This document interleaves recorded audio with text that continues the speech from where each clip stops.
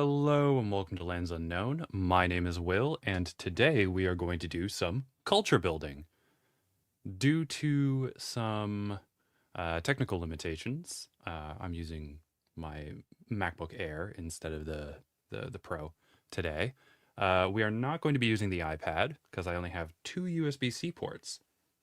Instead, we are going to be working directly in Evernote here as we are going to be developing out the paleolithic culture of the ancestral Zaaleans, or the ancient ancestral Zaaleans. I'm not sure what I want to go with. Hey, Kate. Hello, Writer 2. I am just going to go see what this looks like in the other room real quick, so I will be back in 1 sec.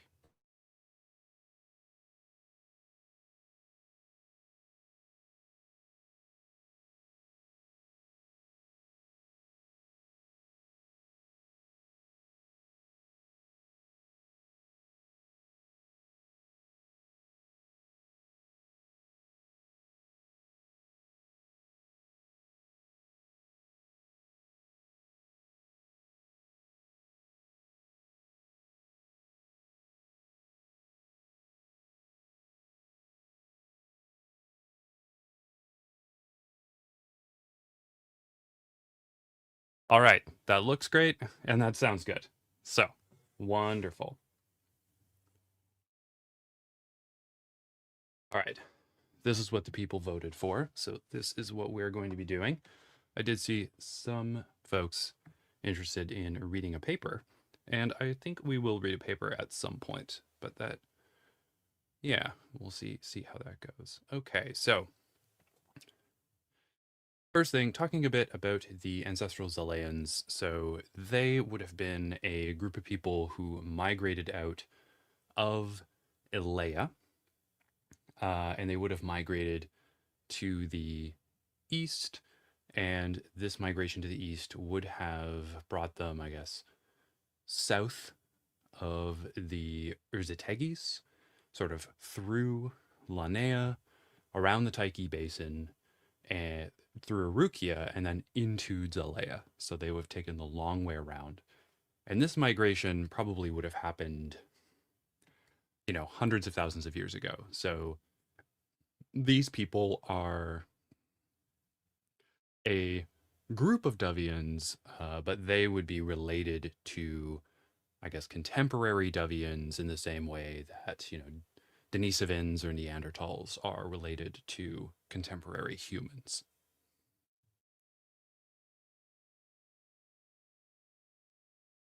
And so that is the relationship with how these people sort of fit in. So more, when the group that contributes the majority of, the ancestry to contemporary Devians kind of moves into the area, they're going to be sort of admixing and absorbing from these folks. Hi, Matthew Awesome. You just realized?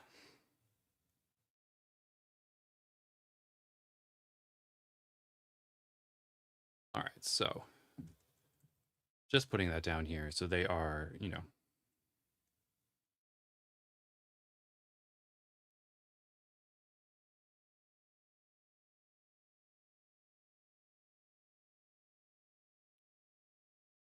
oh, you almost missed this one. Well, it's good that you were able to, yeah, good that you're able to drop by.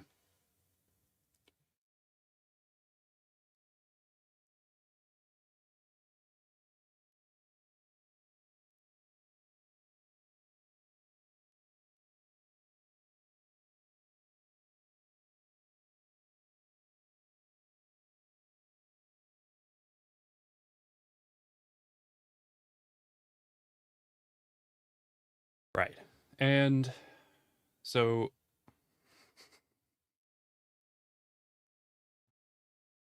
yes, atomically modern Deviants. And, for some of the limitations of my ability to draw people, I mean, I would imagine that the ancestral Zaaleans would be slightly more robust I did imagine them being tall, though. I know, like, Neanderthals are more robust, but they're also shorter. I like the idea of the ancestral Zaaleans being robust and then a bit taller. I think the ancestral Arukians, who are kind of an admixture between the ancestral Zaalean group as well as another migration out of Alea. Um, with a population that's another migration out of Alea. They are going to be robust, sure, but they're also going to be smaller. But that's for another one. Hey, Madeline, thanks for dropping by. I hope you had a great time at SpecCon. All right, so, and something we're also going to be talking about, and I think what we should kind of talk about first, and we'll see how long this. Oh, that's pretty good. So I did get a new battery, so hopefully my computer can last for a while doing this.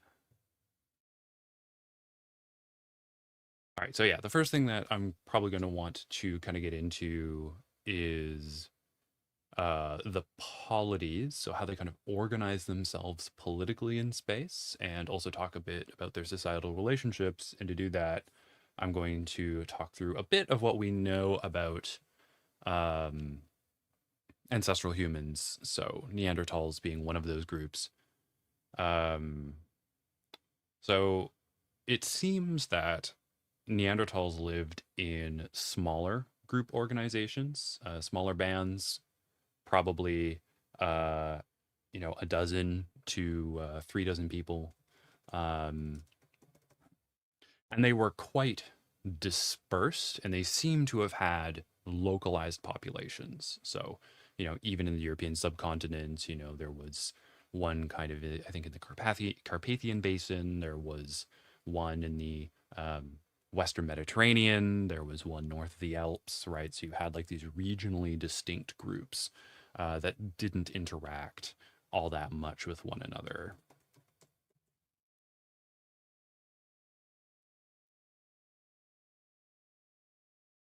We'll say smaller bands.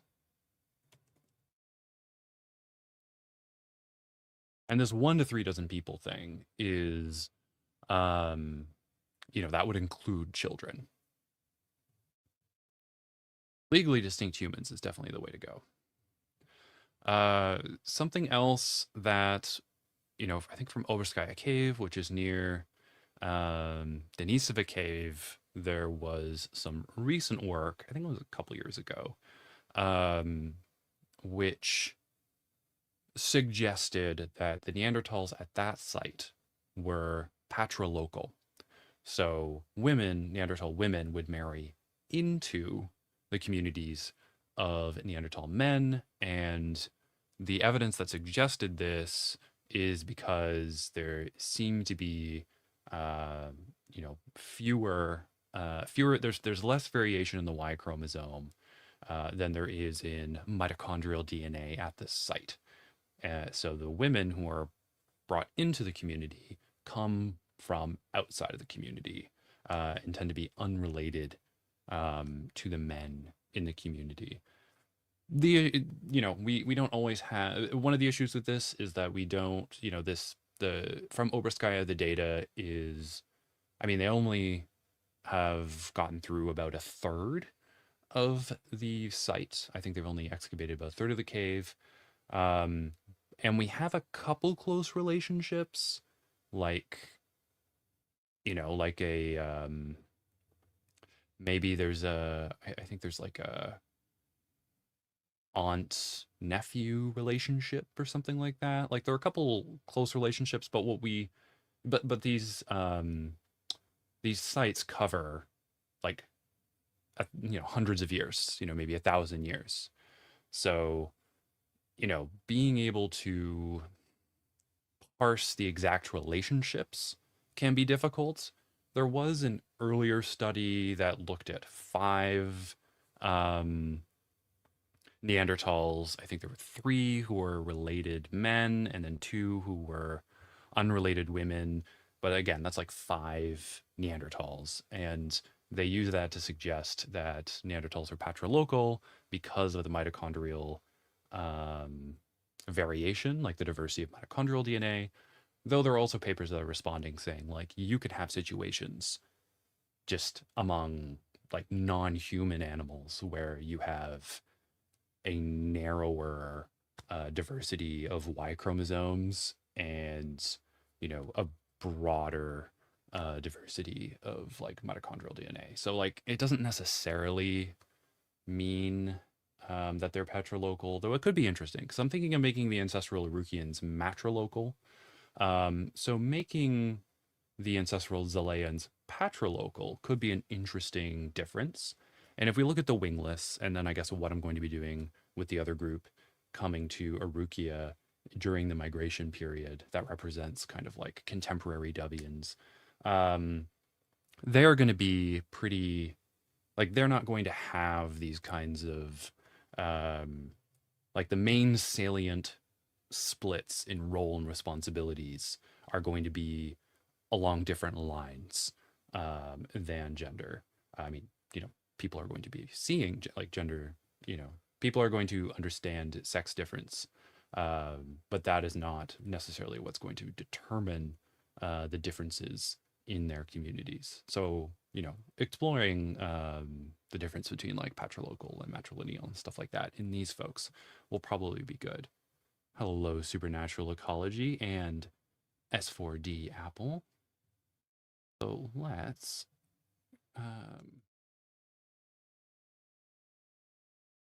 you know what? But if they're patrilocal and they have these small communities, I think it would be interesting to make them matrilineal. And being matrilineal, or what's the other one? Uxilineal, is something that you see sometimes. Means that descent and kinship is predominantly traced through the mother, as opposed to, you know, I think here in the for people who have been greatly influenced by the Roman Empire, you have a patronym is usually like the last name, right? So Patrick, or Smith, or whatever. These would have been inherited from your father, right? That's passed down. So you have a patronym, and that's kind of the patrilineal situation. So, talking about clan systems, like the Scottish clan system or whatnot, like that would be a patrilineal system because you inherit the name, your sept from your father, and your sept is part of a clan and whatnot. Matrilineal is different, and we do have a decent amount of matrilineal systems cross culturally, and that is where your descent is, so your clan or your moiety, your kinship is based on who your mother is, and this is very this is much easier to do because everyone is going to know who your mother was. So if they're patrilocal and matrilineal, that means that women are going to be marrying or partnering into, um, their husband's community, their partner's community.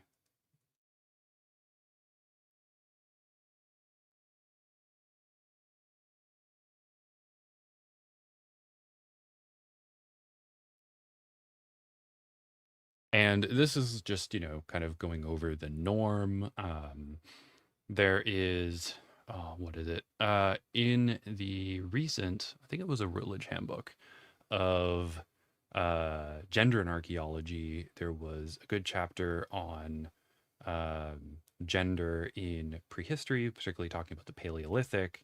And like, we don't have evidence for how gendered relationships were distinguished during the Paleolithic, or whether gender as like the dominant salient system for dividing responsibilities was applied.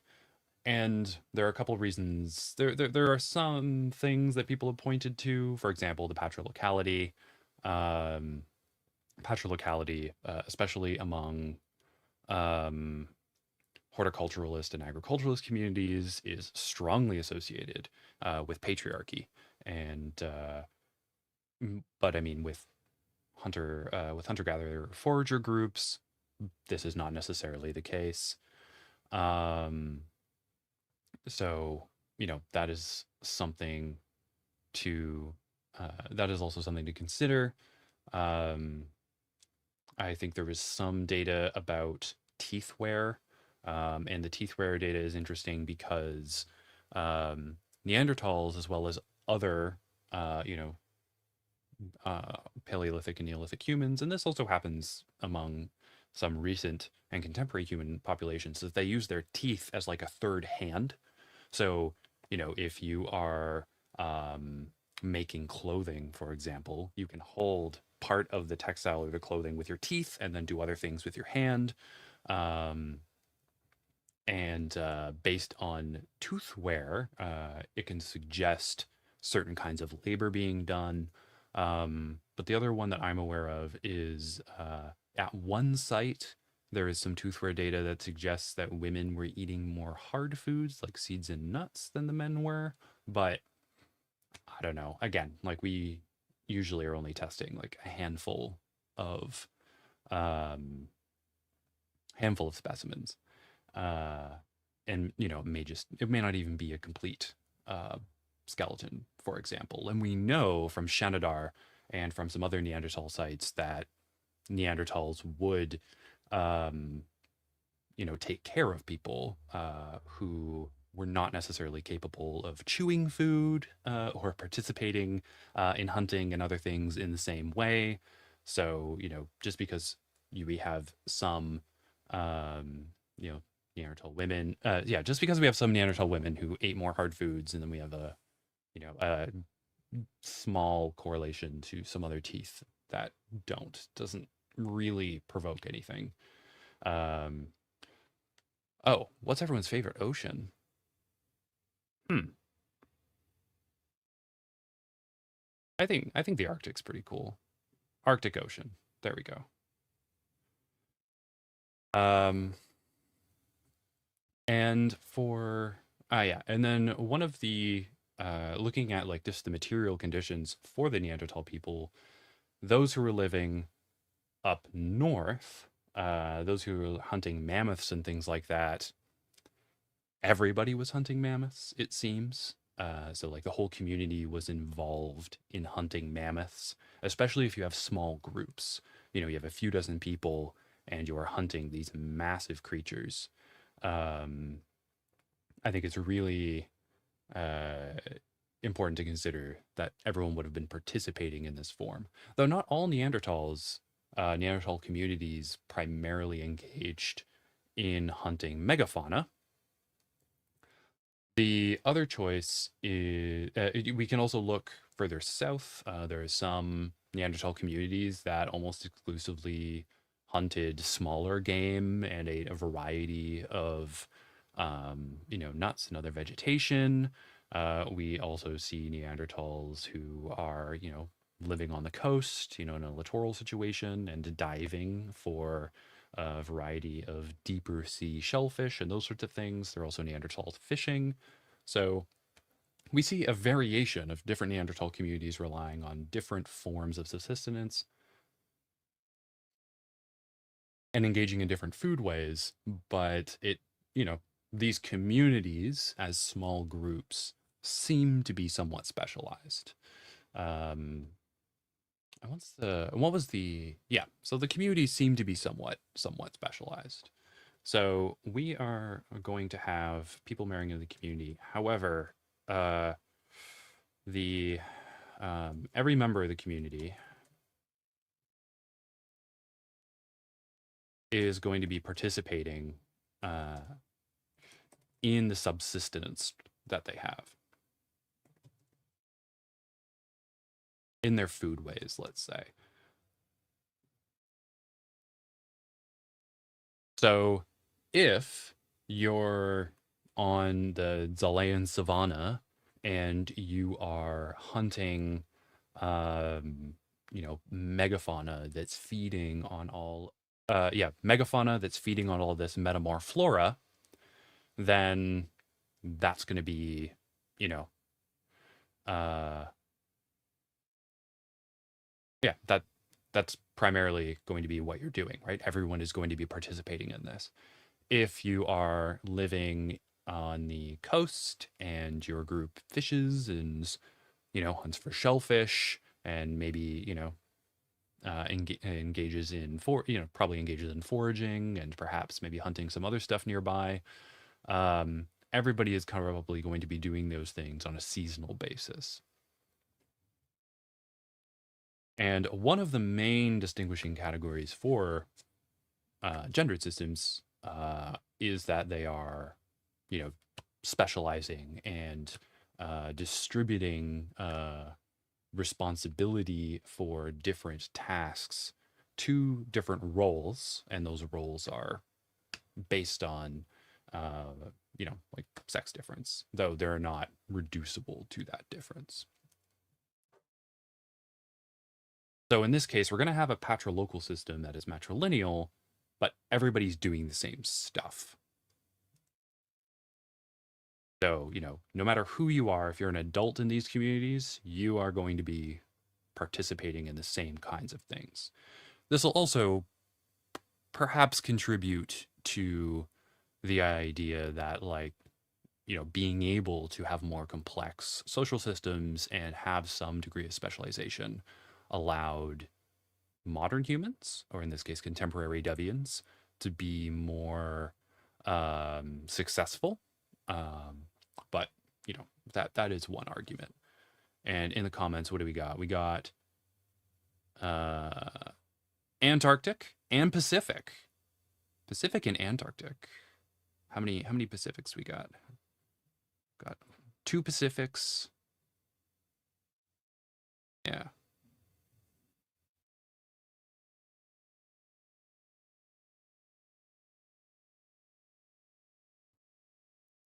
I liked it when they went out to the Arctic and they found some like interesting ecosystems beneath the ice. Look like these little coral forests, not coral forests, I guess kelp forests and things growing beneath the ice. That was pretty cool.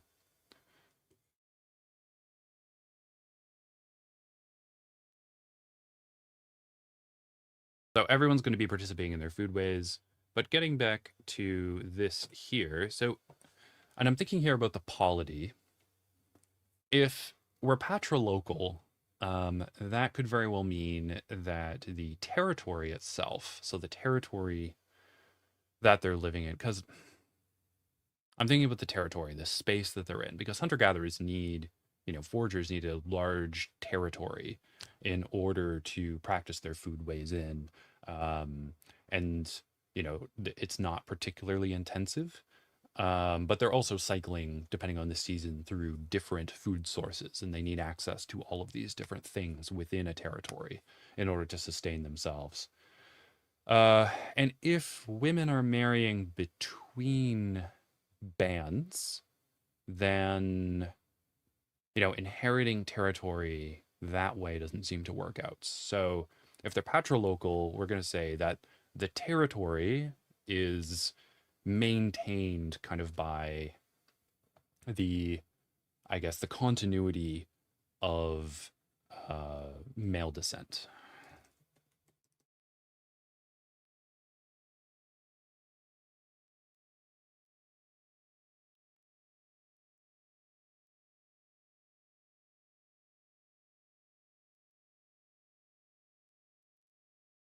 Almost wrote sun with a U. 30-meter jellyfish. That's cool. I want to check those out at some point.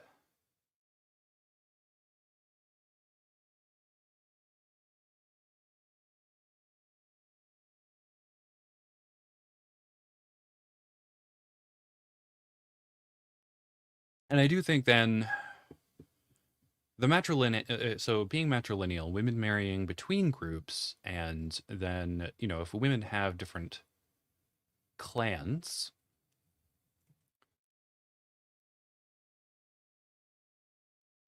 then clan relationships can substantiate the polity itself.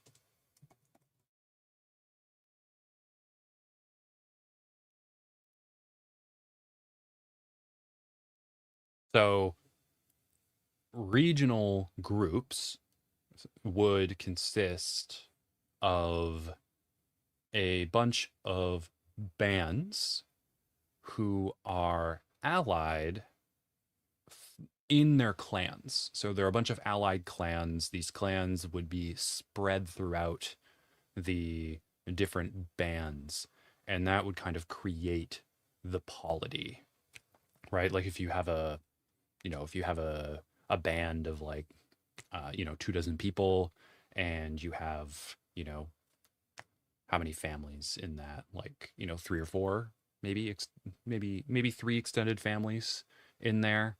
No, maybe, yeah, I don't know. If we think of having a few children, uh, like a mother and a father, maybe one of their siblings, um, and then, maybe a grandparent. So what's that? One, two, three, four, maybe seven. So yeah, if you have a few dozen people, then you could have three or four families in there. Uh, those families would have different clans, even if the adult men in that band are related, right? So if you had three brothers, each of those brothers, their children would be from different clans. But in all likelihood, based on it seems that there was a decently high mortality rate among Neanderthals. I mean, you can't necessarily. I mean, I don't know if we can say that, but there does seem to be a high mortality rate, especially, I mean, there would be a high child mortality rate for sure. Um, but then, we can't necessarily say about adults. But, if we have multiple different families, of where the men who are the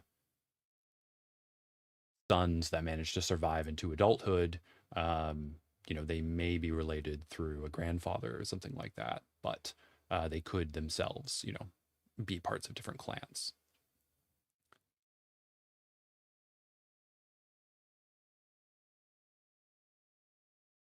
All right, so let's get that down.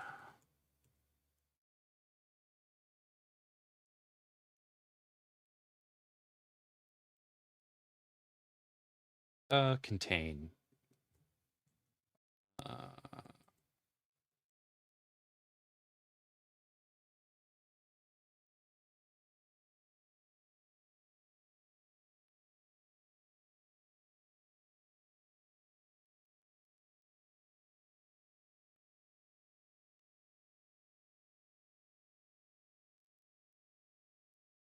and it's your clan relationships that sort of.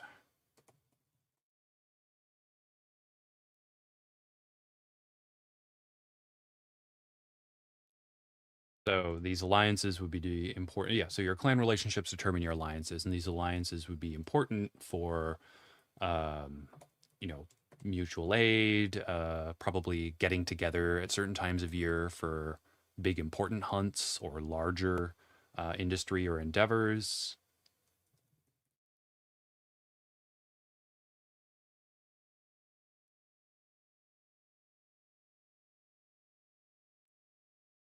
Talk about that kind of stuff in a sec. I mean, warfare probably.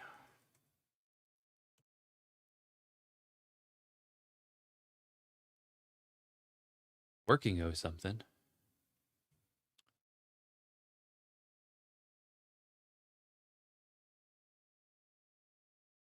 Yeah, deep sea gigantism creates wild creatures. They do get pretty wild. Do Europa's oceans count? I mean, I think it was, what was the original question? It was what was everyone's favorite ocean on Earth. So we just have to exclude it.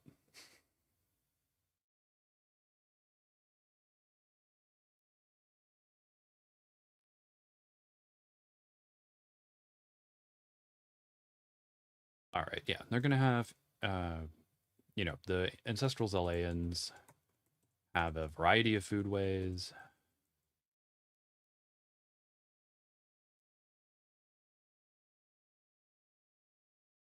But these are going to be regional practices. So we can see, I can see two things here that kind of reinforce more isolated group sizes here. This is getting a little small. Let's make this a bit bigger. Hey, there we go. Yes. So one would marry out of the clan. That is good. Yeah.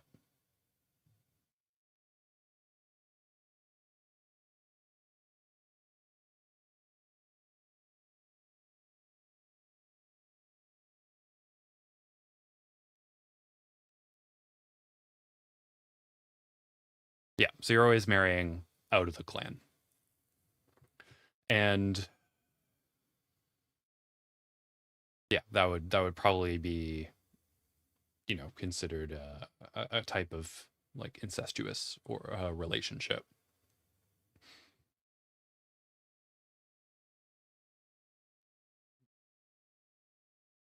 And so if you're marrying out of your clan, but you're marrying within a regional group, then it can be um, advantageous in order to maintain these relationships of solidarity and maintain these alliances between these territories for groups to just continue marrying within their region.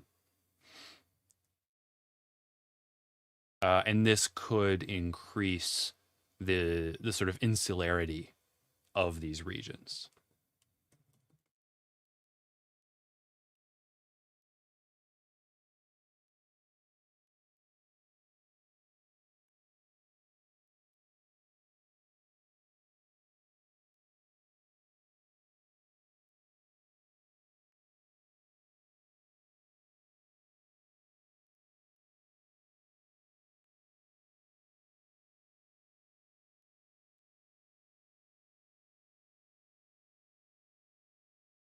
That's good, Kate.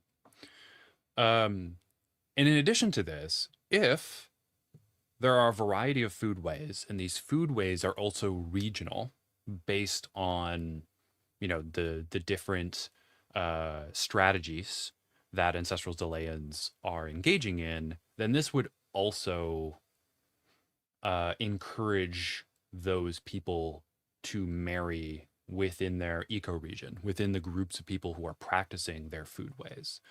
Because I think it was Clive Gamble. Um, yes, I think it's Clive Gamble. He refers to the Paleolithic as a time of habitus or habitus, where the kinds of technologies that ancestral humans are engaging in are like these habitual skills that are practiced, and but these are kind of distinguishing the the tenor of the technology, right? Like these are habits that are learned and passed down, um, that are repeated in order to kind of maintain your foodways and reproduce your society.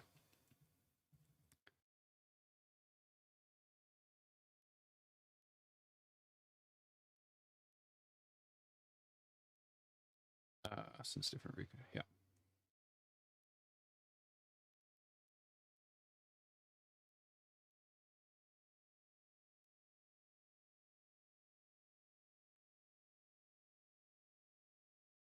Sometimes I forget how to spell words. Like, not I forget how to spell words, but words that I spell correctly don't look like they should be spelled that way. And discourages just jumped out at me like that.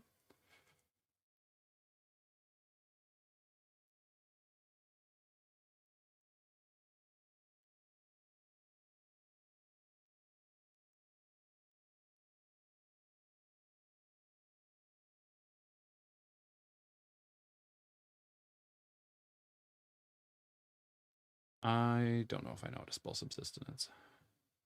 That's fine. Um, and so what I mean by this, like, so by a group not being able, by someone not being able to contribute to the subsistence of the group is that if you are an individual who grows up in a group that primarily hunts small game, right? You're hunting the rose griffins, you're, using fire hardened digging sticks to hunt red griffins. Um, you're, you know, throwing sticks to kill um, the arboreal rose griffins, like the insectivorous ones. Maybe you're throwing sticks at dragons, like blue dragons and gray dragons and things like that. Um, your strategies and the knowledge you have isn't going to necessarily be applicable to a group that uses lances like these folks up here to hunt large veil griffins, right? So um, these groups are going to want someone to join their community who can help participate in their subsistence strategy. And, even if someone is neighboring and close to them, they may not see it as valuable to build alliances with that community, um, because they practice a different way of life. And, this may create situations where, if there's an ecotone where, parts of it are parts of a region are good for one form of subsistence, and then other areas are good for a different kind of foodway. Maybe two groups can kind of coexist, and not step on each other's toes. But um, we do have evidence that Neanderthals engaged in niche construction. So, and the evidence we have for them engaging in niche construction involves um, clearing forests. And this is quite a widespread practice among, recent human cultures. I mean, recent is relative. I mean, we can go back, tens of thousands of years and have evidence for burning, prescribed burns and things. And it seems that in regions where Neanderthals lived and practiced hunting, specifically hunting of like deer and other animals that, liked living in kind of mixed forest situations, there were less trees than nearby areas where the Neanderthals did not live during the same period. So, what this suggests to uh, some scholars is that the Neanderthals themselves were engaging in niche constructing behaviors to increase the amount of mixed forest, so that increased the amount of grazing, pasture for these wild populations of animals.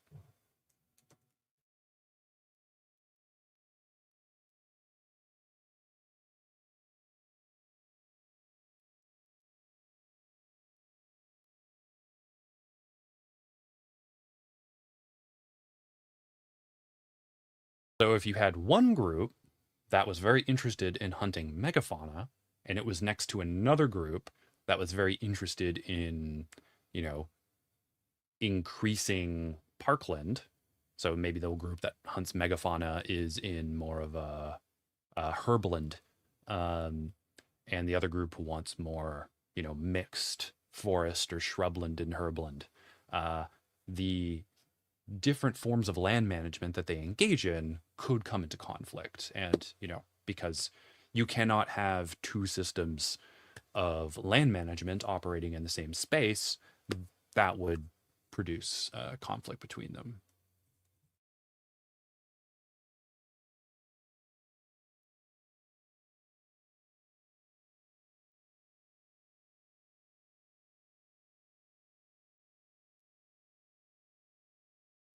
And one way that people can engage in niche construction, which may begin as un unintentional, is if you if your group harvests fruits or nuts or seeds and then you process them near your camp, uh, those extra seeds and nuts and various things will fall on the ground in the camp, and from that, new um, plants will emerge.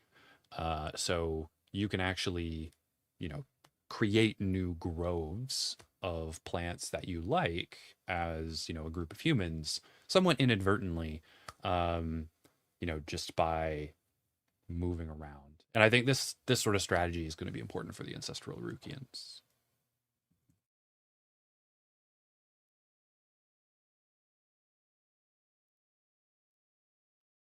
I guess the other thing that they could be doing is, what else could they be doing?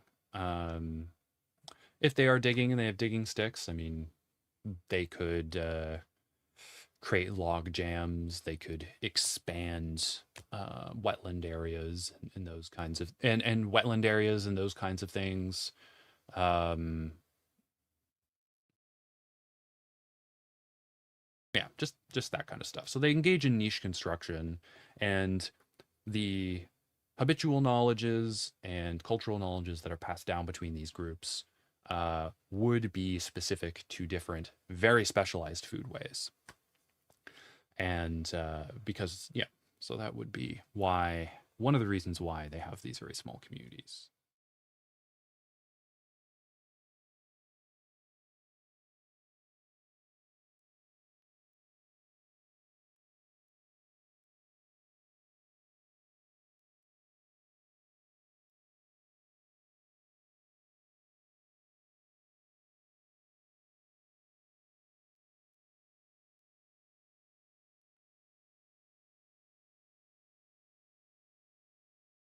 All right, there we go. And I think this is a decent amount of kind of baseline work, because whenever you're talking about cultural stuff, you do need to kind of establish the kind of basic social relationships as well as, you know, the kind of political relationships that they're going to be having. And with that, I do want to talk a little bit about their clothing and stuff like that. I took a crack at it. So these, can I? Oh no, that's not what I wanted. It opened it up in a different window. Can I?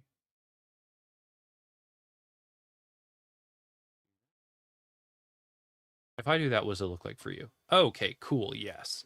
So on the, oh, that's not what I wanted. All right, let's move. Can I move? Okay. It won't let me zoom in on any particular area, so I'm just going to keep it here. These little furs that are dangling here. Remember last time how we talked about sea mice and they had like these iridescent fur? So, and that, and we could have um, the red gryphons, the Snowdents. They could have some of them who are like burying around could have iridescent fur. And then I think the ones that we talked about had dorsal and ventral scales. Though I do think it would be cool to have some with osteoderms like beneath the skin, and then they can have that sort of unidimensional fur on the outside. And that unidimensional fur can be like iridescent. I think that would be a neat way for them to kind of communicate, like what was it, like kind of they could mimic other species that are either toxic or venomous, as a way to like make people leave them alone. Not people, make animals leave them alone. But of course our ancestral Zaaleans have figured out that these animals are not particularly toxic or venomous. They just look like another species that is. Um, so they have hunted them, and then they have treated these hides and then turned them into um, garments where they have a, I guess, the kind of leather they're wearing is a more pliable leather, I guess equivalent to buckskin, based on the tools that Neanderthals had and some of their habits for harvesting certain things from animals that they killed. You know, they probably use. We could suggest that they used brains to treat leather. You know, to kind of create a a buckskin like product. So, you know, they're wearing these buckskin pants and shirts or tunics.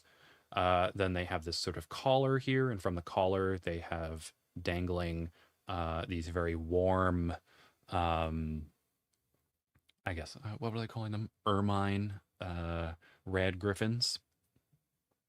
And then beneath this, they have sort of a, I guess I had it as two straps coming over their shoulders, and these straps and these vests, I suppose, would be made of cedar bark.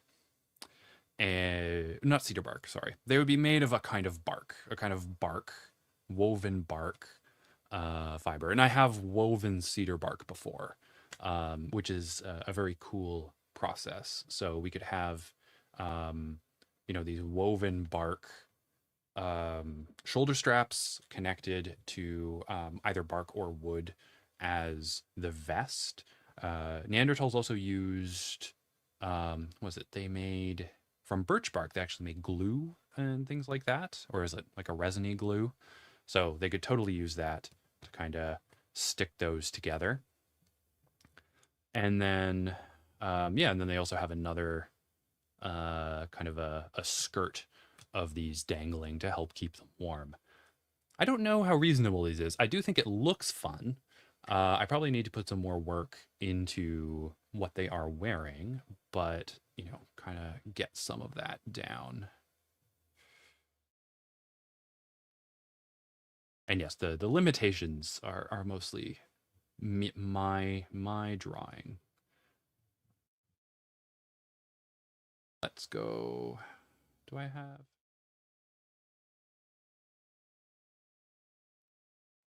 clothing? Great.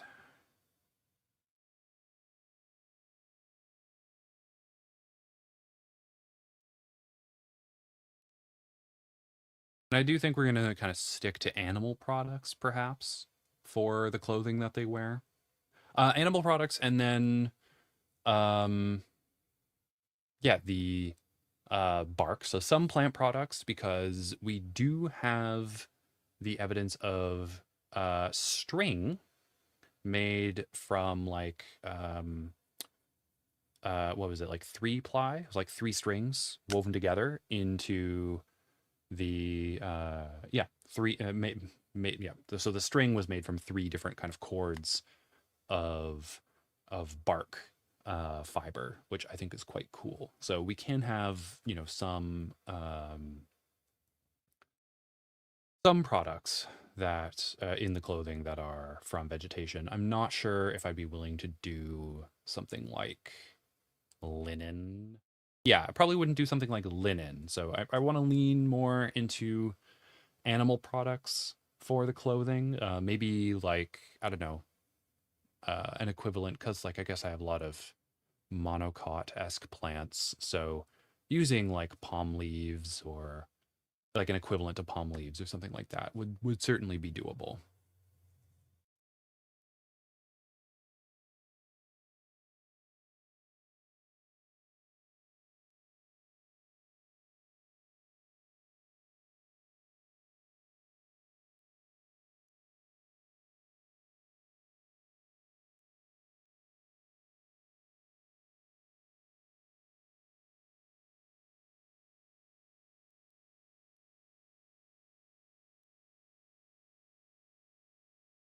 But I don't want them wandering around just like with hides thrown over their shoulder, because that is I don't know.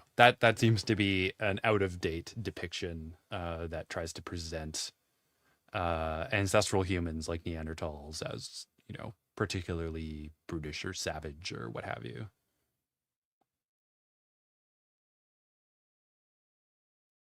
Though I'm sure throwing over, I don't know, like a sheepskin or something like that over your back would help keep you warm. It definitely wouldn't be the sole clothing.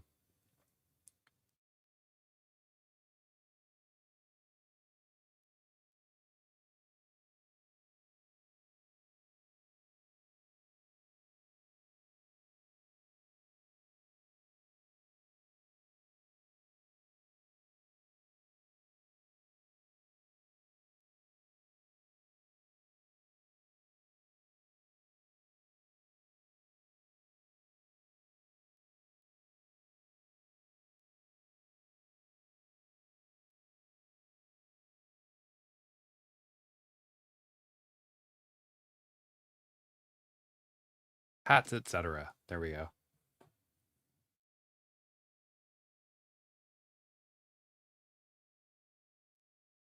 What was something else? Oh yeah, they what else did they do? I believe they made nets. We have evidence that they made nets. I think for I think the nets that they made that we from the site were probably used for fishing. So yeah, making rope and stuff like that was definitely within their providence. We do, I believe we have needles and things. We have scrapers, which are consistent with scrapers used for preparing leather. We don't have any Neanderthal clothing because it doesn't preserve very well. Those sorts of organic materials are quite difficult to preserve. Um, we do have Neanderthal, or what we suspect to be Neanderthal jewelry. So we have like eagle claws that were probably in a kind of necklace. We also have like perforated shells that were probably used as beads and things like that. So we can have a variety of jewelry as well.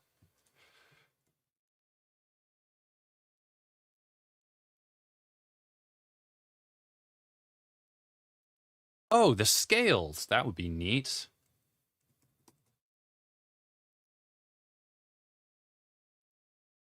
Yeah, we could, maybe after they hunt one of these boyos, they could perforate the scales and have them. Oh, okay. Now I want them to wear like cloaks that have the scales kind of going down the shoulders. That would be super cool.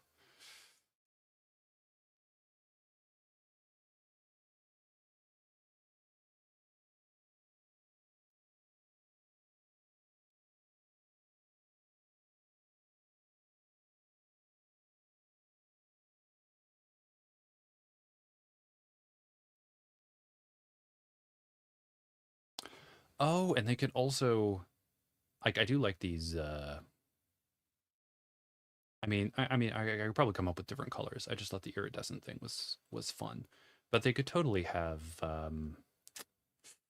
osciscutes and stuff like that as I don't know, maybe a kind of scale, a literal scale mail. I don't know how protective it would be, but it would definitely look cool. Maybe yeah, maybe as a decorative component.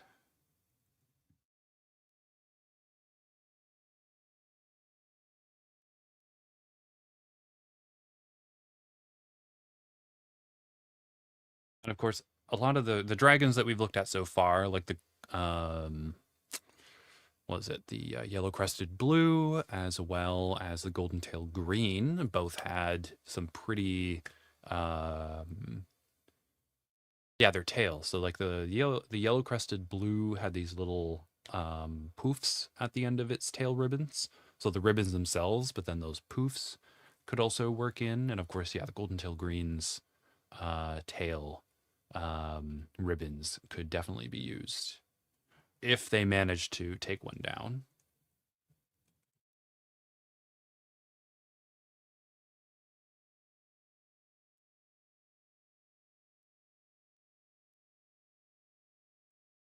I mean, they probably used dragon pelts. Um, yeah, yeah.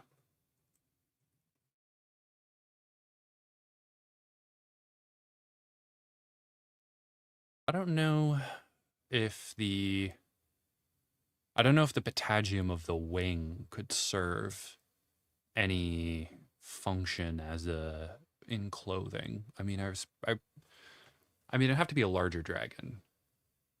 I mean, some of them are quite substantial, but if you only have like this much from, if a dragon has like a 6 meter wingspan and it has like a section of patagium, I don't know necessarily what it could be used for. I mean, you could use it to carry stuff. Oh, containers. Yes. Okay.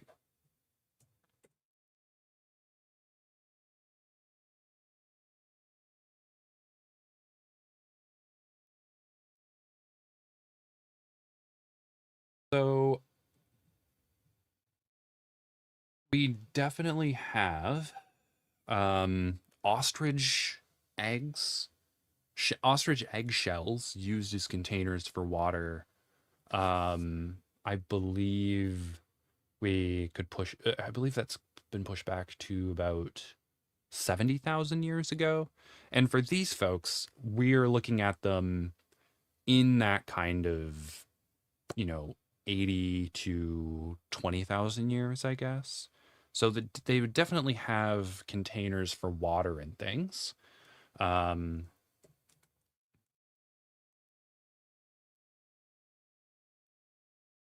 so a particularly large dragon egg could be used as a container. And the dragon eggs are kind of leathery, so that helps.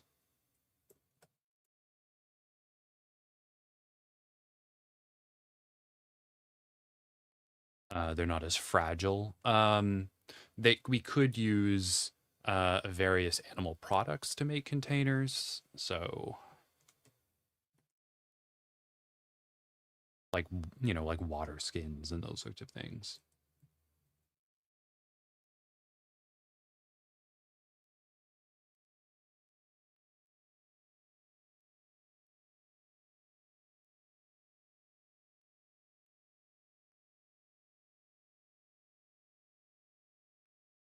And the stomachs is interesting as well because there is a site where Neanderthals engaged in, I believe it's like a bone marrow industry, where they brought kills there, would crack open the larger bones, and the reason why that we assume that the researchers assume that they do this is to access the bone marrow, because even animals that may have been kind of lean would still have a lot of fat and other nutrients in the marrow. And with the marrow, um, and yes, and the way of getting this marrow and these other nutrients out of the bones would have to be through boiling. And there are fires and other things at that site. But the way that you boil, and this is something that I've actually seen as a traditional cooking practice, is that you could take the stomach of the animal, put water and hot stones in it if you want, but you could put really hot stones. You put water inside, you put whatever you want to cook inside, and then you can put the hot stones inside and then tie it shut. And if you force it shut like that, then the pressure will build and it will cook in there. So that's one thing that they could have done. The other thing they could have done, I believe the researchers suggested this, is that they did a similar thing where they put water into a animal product container, like a stomach bag or whatnot, and then they hung it over a fire, which I suppose is another thing you could do. But yeah, so that would probably be ideal. What about pottery? I think these would be a pre-pottery people. Um, I believe I want to say 20,000 years ago. I think the oldest known pottery is like 20,000 years old. So this group um wouldn't this yeah, this group wouldn't have been making pottery.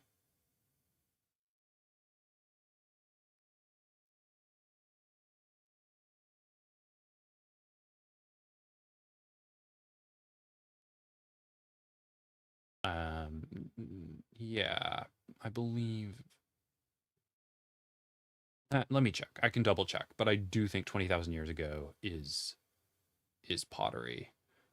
I think there are clay figurines and whatnot, like beads and things like that, that are earlier, maybe 30, but I don't think that would really be much use as a for as a container.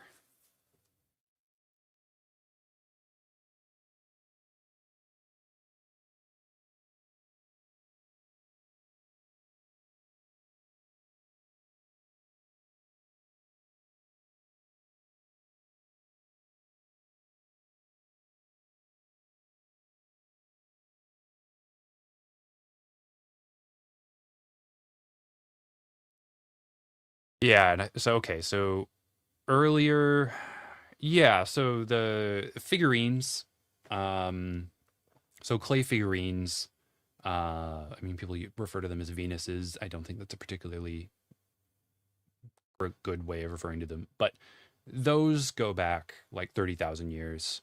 I think the sherds that we have, the potsherds and things, probably, 12 to 15,000 years ago. There were other uses for pottery between that, but they were not containers.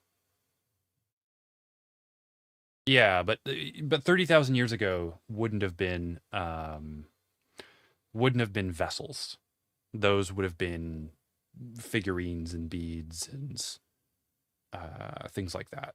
The vessels took some more time.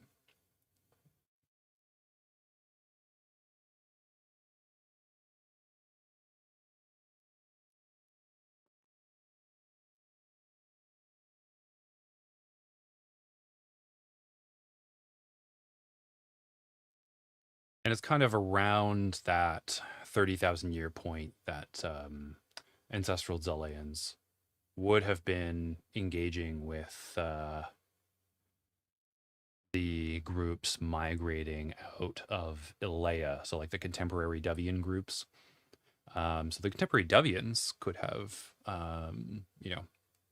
been bringing um, pottery at that point of time. So maybe at the tail end of ancestral Zaalean culture, they started using pottery to for like symbolic purposes, for ritual purposes. Um, but yeah, that would be an interesting thing for the end of it.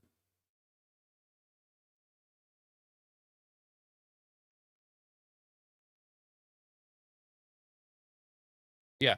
Well, I think I think it's fascinating that there's at least 10,000 years before pottery is used for, I think, what we as contemporary people consider pottery, right? Like if someone says pottery to you, you probably think of dishes, you probably think of containers and vessels.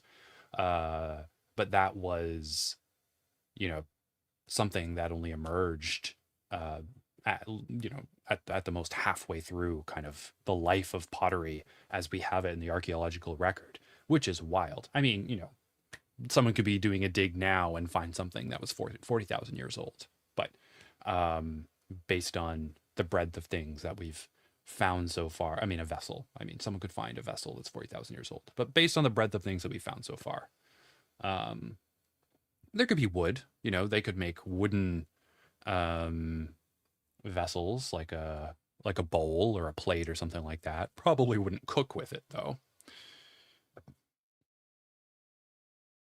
For drinking vessels, I'm thinking in particular, I mean, we've got stuff on Dove that's kind of like bamboo that has segmented um, sections. So those could be used as drinking vessels.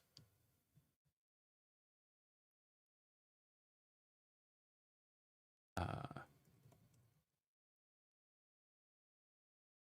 I think one of the oldest um, cool examples are gourds. So like hard shelled fruits.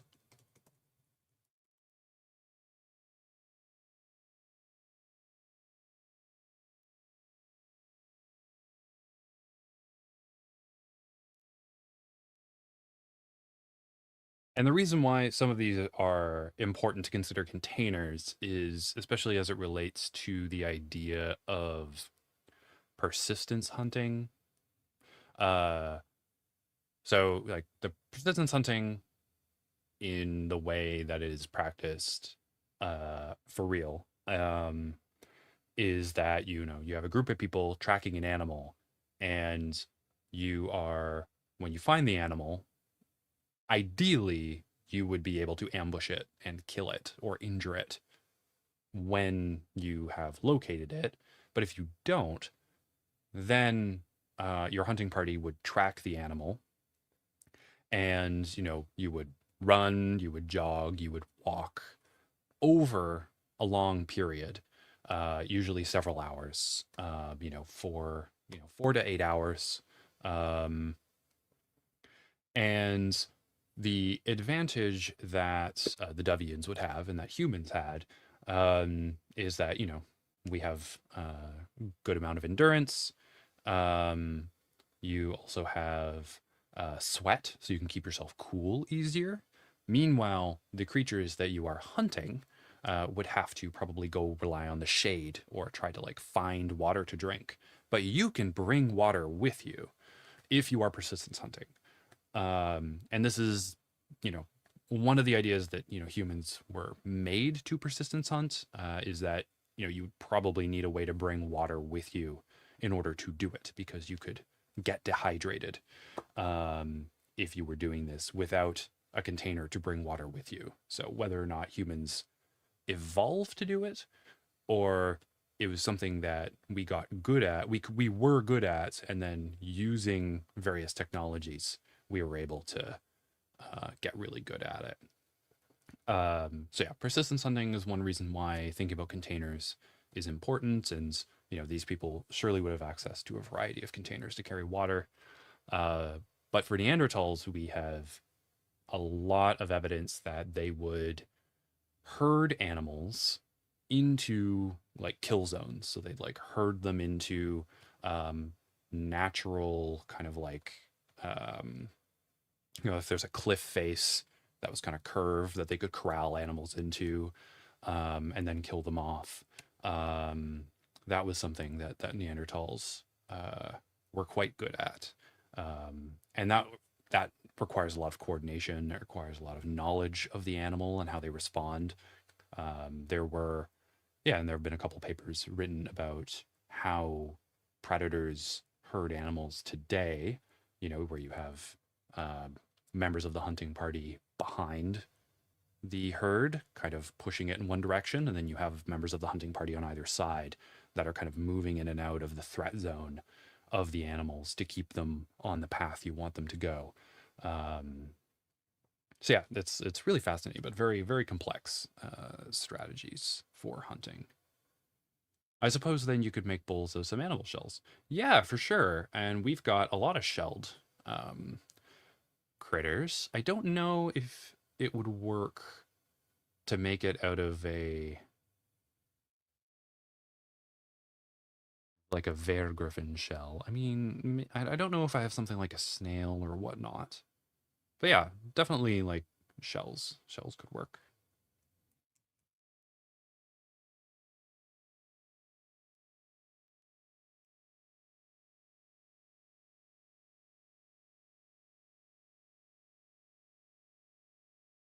Huelos, hello.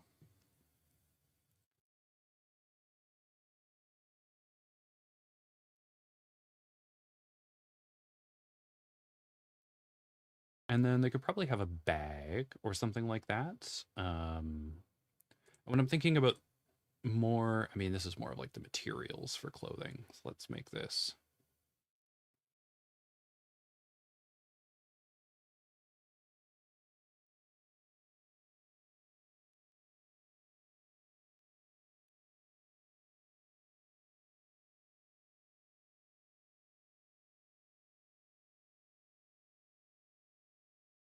No, I wanted a small header.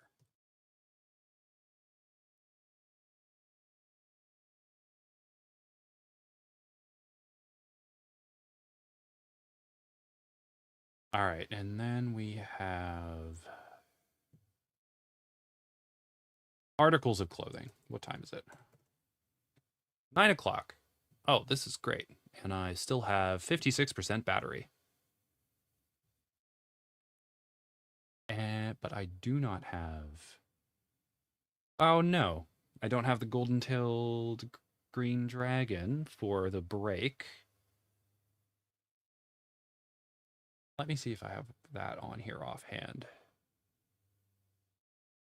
What kind of environment do they live in? Well, they do live in quite a wide variety of regions. I should add that in. Give me one sec. That's a good question.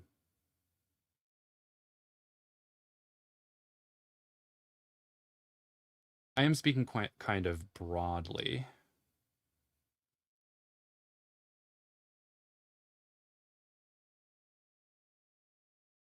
me.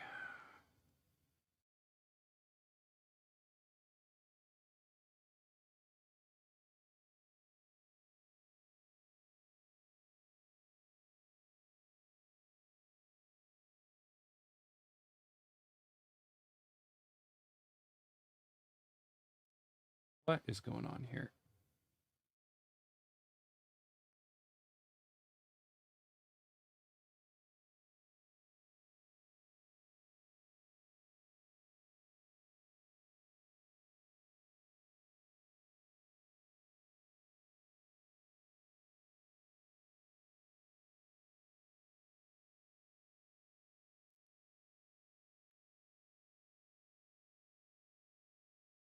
All right, let's stand by here. There we go. Excellent. All right.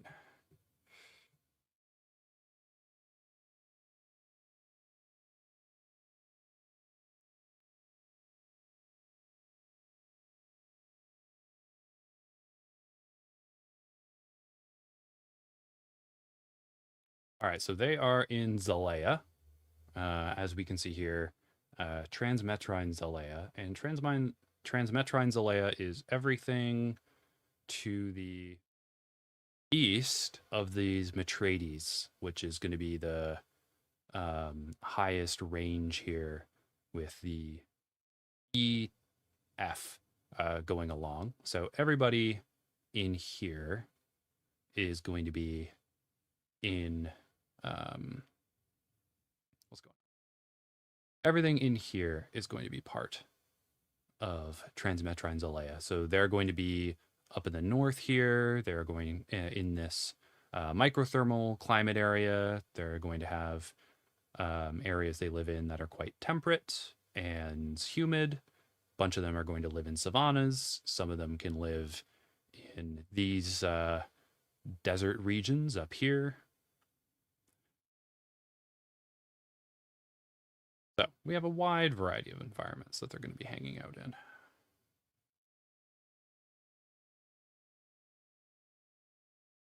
And I just wanted to see.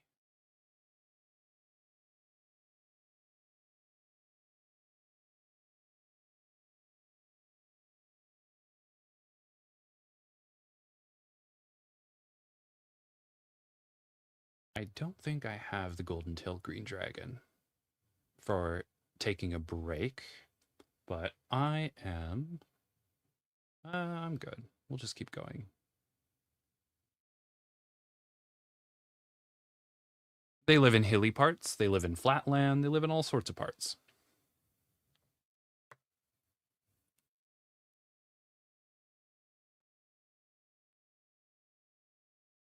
They're essentially living all across the eastern side of the subcontinent.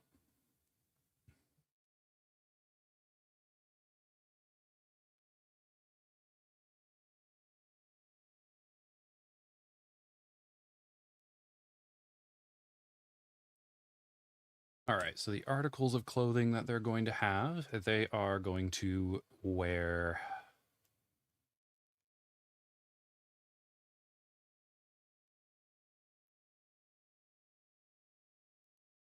kind of flexible, pliable leather.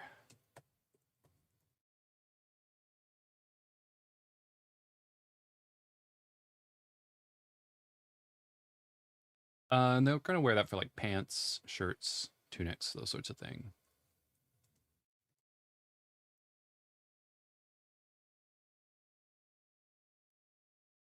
They're going to have capes and cloaks.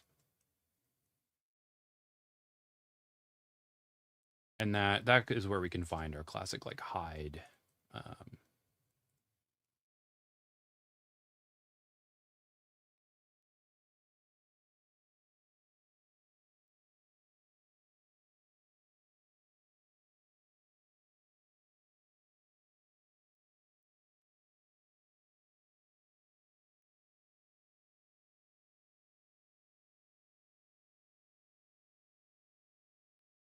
Don't live in the rain shadow.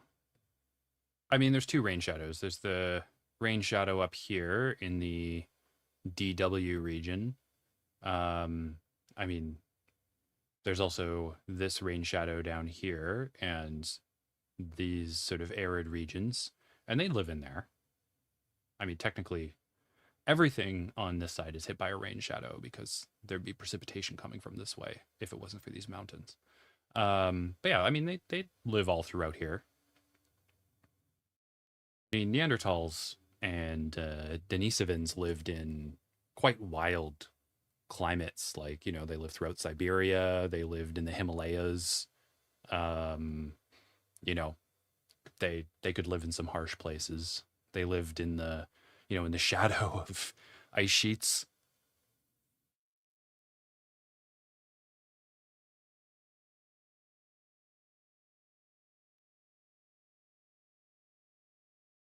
Yeah, for the pants, it would probably be two tubes of leather, and then there would be another around the around the waist. So I'm not thinking of anything particularly complex here. But a lot of their clothing is going to be just a single rectangle of clothing. Yes, they would definitely have very different cultures. We've just been sort of outlining their just through the overall um, just sort of outlining the overall polity, like political and social relationships that these groups would share, because there wouldn't really be many of them. You know, there would be tens of thousands of them, right? Like there's not as many ancestral Zaaleans um, living in across the region as one would expect.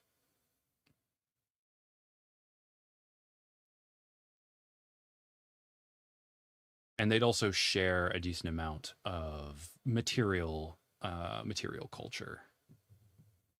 But you know, their aesthetics and their subsistence and food ways are going to be quite different, and that's one of the reasons why they also tend to be more regionally specific in some things.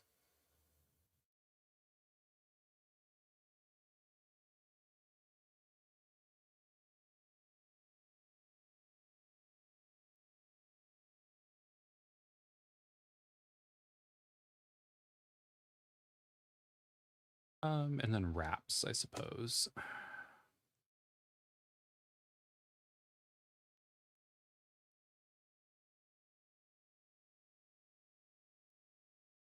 And they could be tied with leather, so you could have like leather, thin leather strips to tie things off. You could also use sinews, as well as the um, what was it? Was as well as the bark and things as well.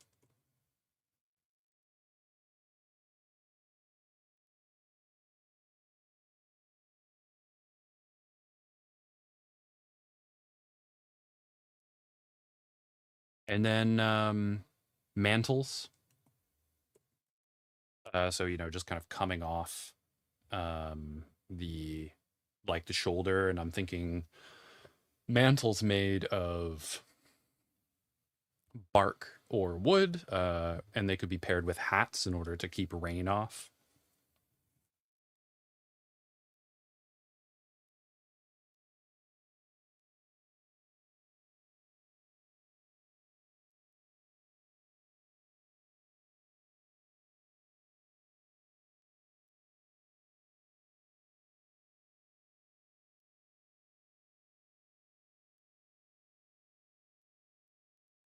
And I'm imagining that's something that's more for the South. I think that's more of a Southern thing.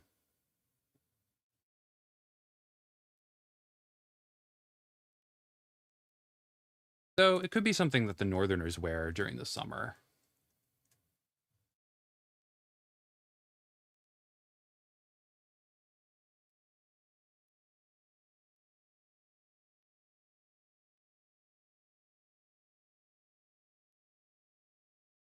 Yeah, single cloth clothing. The other thing too is like they don't necessarily have um like textiles in the same way because they're not using like linen and wool and cotton and stuff like that. So they're not necessarily producing like bolts of cloth that they're going to be able to use.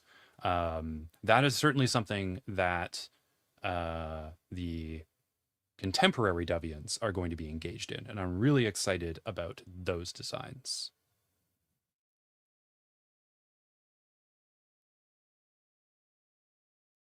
Yes, it is exceptionally tedious. Even something simple like a belt is, uh, it's quite an endeavor. Like trying to like punch holes in leather. It's But if you've been doing it since you were a child and it is necessary for you to do in order to not die of exposure, then you are going to be doing it.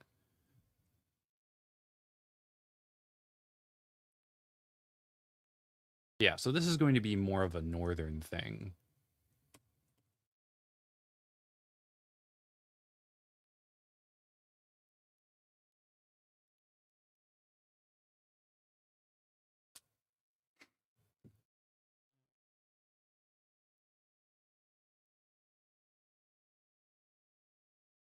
So I do think having like a buckskin skirt, whether it's or like a kilt, yeah, like a wee kilt, I suppose, is what I'm thinking of. Could be, just like a common, like everyone could wear something like that in the South as well.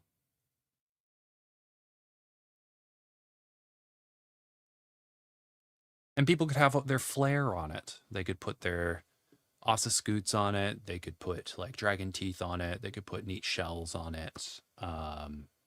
They could have ribbon like dragon tail ribbons and things. I think that could be fun.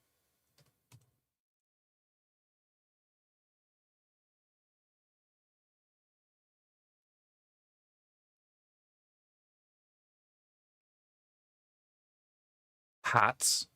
Oh yeah, we need hats. I'd mentioned hats, like reed hats, but they could probably have hats with all sorts of stuff coming off of it, like the furs from like pelts. You could have pelts and furs from various griffins and dragons and things on the hat, tail ribbons in the hat. Yeah, lots of neat hats, I'm sure.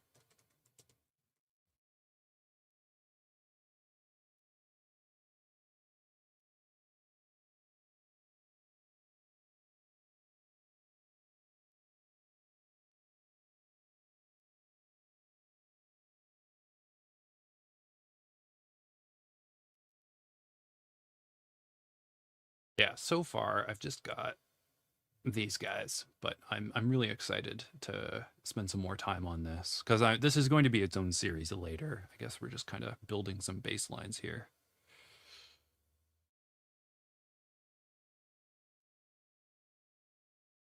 After hats, oh yeah, and then I talked about jewelry. So we want necklaces. I'm confident that I don't know how to spell necklace, but I tried my best. Um, bracelets. What else could they have? I guess they could have a variety. Oh yeah, like their flair.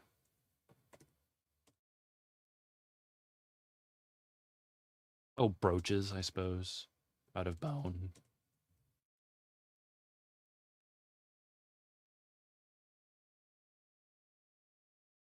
Would these societies have any stratification at this stage? No, at this stage, well, at this stage, most of these societies would not have stratification. And that is because, as I described, um, they would be participating in, um, hunting, hunting, gathering, and foraging. Their subsistence foodways would be rather any excess that they produce. I mean, they wouldn't really produce much excess, and whatever excess they produce, they would probably share amongst themselves through the various networks that keep them together, either their clan networks or their, band networks for the local group amongst the territory. So, being so they'd probably share through that. They couldn't. I mean, they may be able to preserve some food. Making things like, I don't know, pemmican and whatnot. We don't have. I mean, we know that they harvested things like acorns and chestnuts and other stuff like that.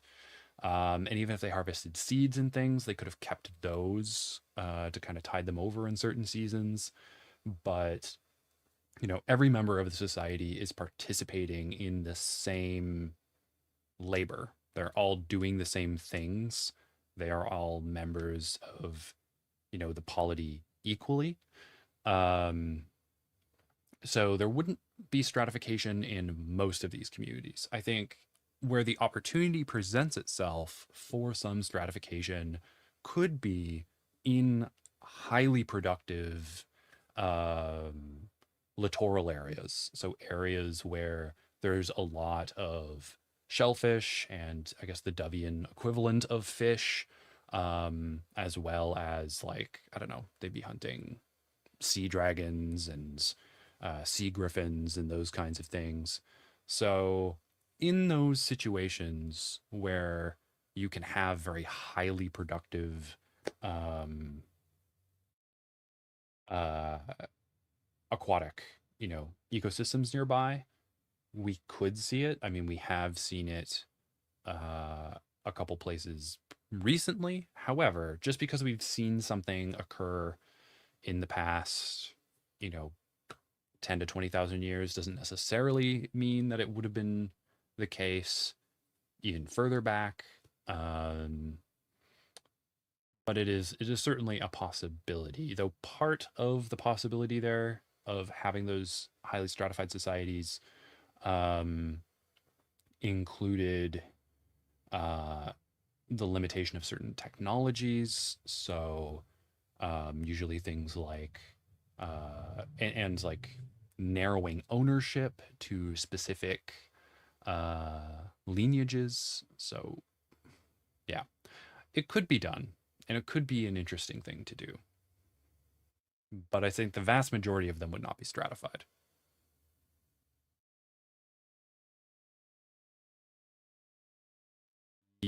Not necessarily an excess of, yeah. So where there is the possibility for more intensive resource extraction, stratification is more likely to show up. It doesn't always show up, but it is more likely to show up when you can have a very intensive um, engagement. What we have here. Reenactors in the 70s went through a phase of tanning our own leather and making clothes. And yeah, it's a lot of work. It's a lot of work, and it's also very stinky, I have to say.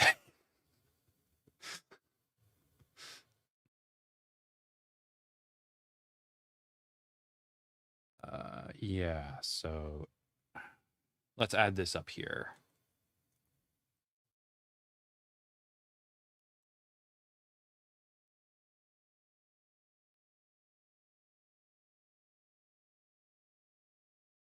Most of these societies are strongly egalitarian. Some are weakly stratified.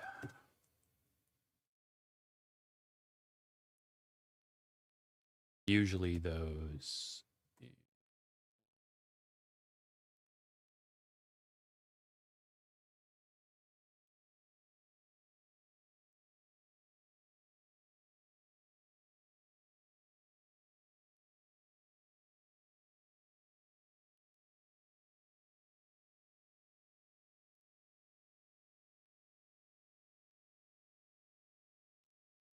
And then part of that too, there could be niche construction in those areas as well. If uh, people are harvesting like Dovian shellfish or whatnot, then there are a variety of cultures, particularly, I know most about the ones here in the Pacific Northwest, who engaged in constructing clam gardens.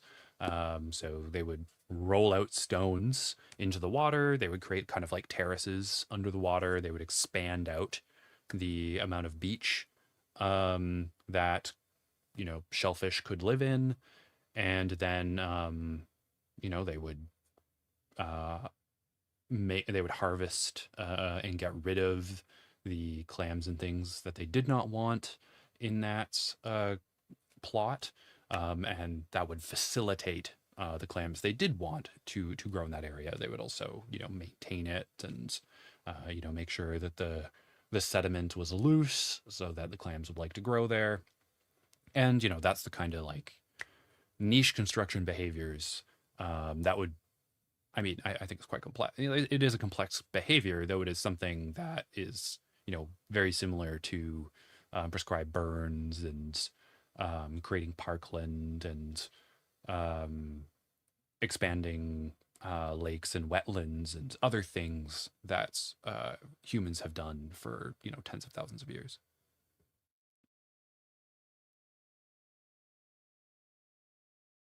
And just because they're egalitarian doesn't mean that like there could be different status that emerges in these groups. Um, I think among different Inuit groups, you know, the Inuit are, you know, egalitarian, pretty strongly egalitarian, though there were some regional groups of Inuit who formed very strong, voluntary um, relationships that where some of them had higher status than others, and they cleave to those social relations, even though materially they were more or less equivalent to neighboring groups. So it wasn't stratification in the way that there is one strata that has more than another strata, right? When we're thinking of stratification, especially in this context of like maritime hunter-gatherer sort of things, you would have like elites and then commons and then slaves, right? And we can see that in a couple places emerging in Earth's history. Um, well, the Dovians would have all the ancestral Dovians would have their own territories, and they would move in seasonal rounds through their territories. Some would be more sedentary than others, like maybe they have two sites that they kind of move between throughout the year. Those that are able to eh, harvest from like maritime source, like have a lot of maritime resources that they can harvest from throughout the year, may just be sedentary. Like they may just stay in the same spot. But oftentimes they may have a main um, village or settlement, and then at different parts of the year they can spread out throughout their territory depending on depending on what they're harvesting. So if it could be something where for a maritime one, like maybe they all get together into the same village site during one time of the year to go hunting like sea dragons and sea griffins. And then the rest of the year, maybe they spend a good portion of the rest of the year spread out into smaller groups of, maybe a dozen individuals, harvesting like shellfish and fishing for Dovian fish, uh, whatever those may be. And yeah, so those are the kind of systems. I mean, they're not just sort of wandering. They do have specific territories that they're living in. And that's true of all like nomadic groups. The nomadism comes from migrations within a set territory.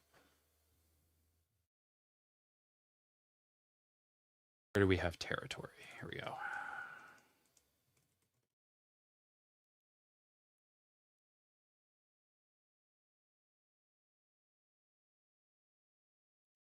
Transhumanance, I think, is another term that we'd use.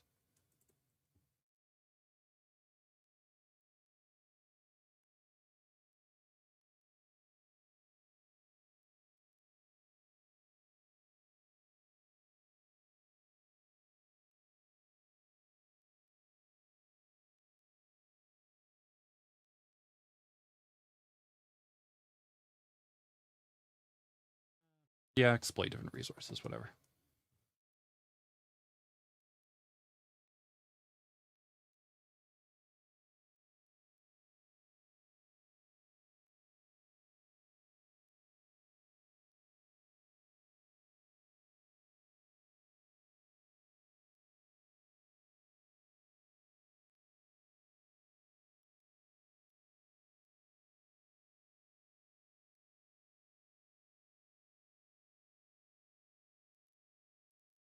This is good because it prompts me to fill in spaces that I may consider to be obvious based on my background, but it's good to kind of like tease these things out and put them out there.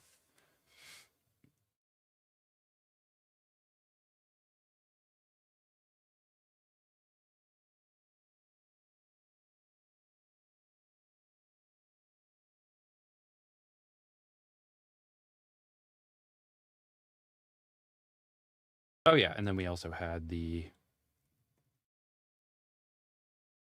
oh, they're not red griffins. What are they? Goulet.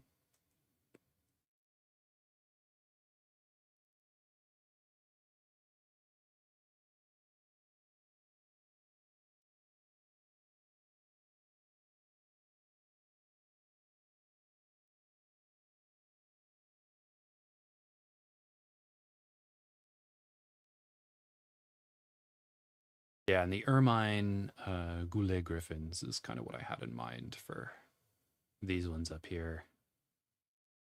The stones. We didn't talk about stones this whole time.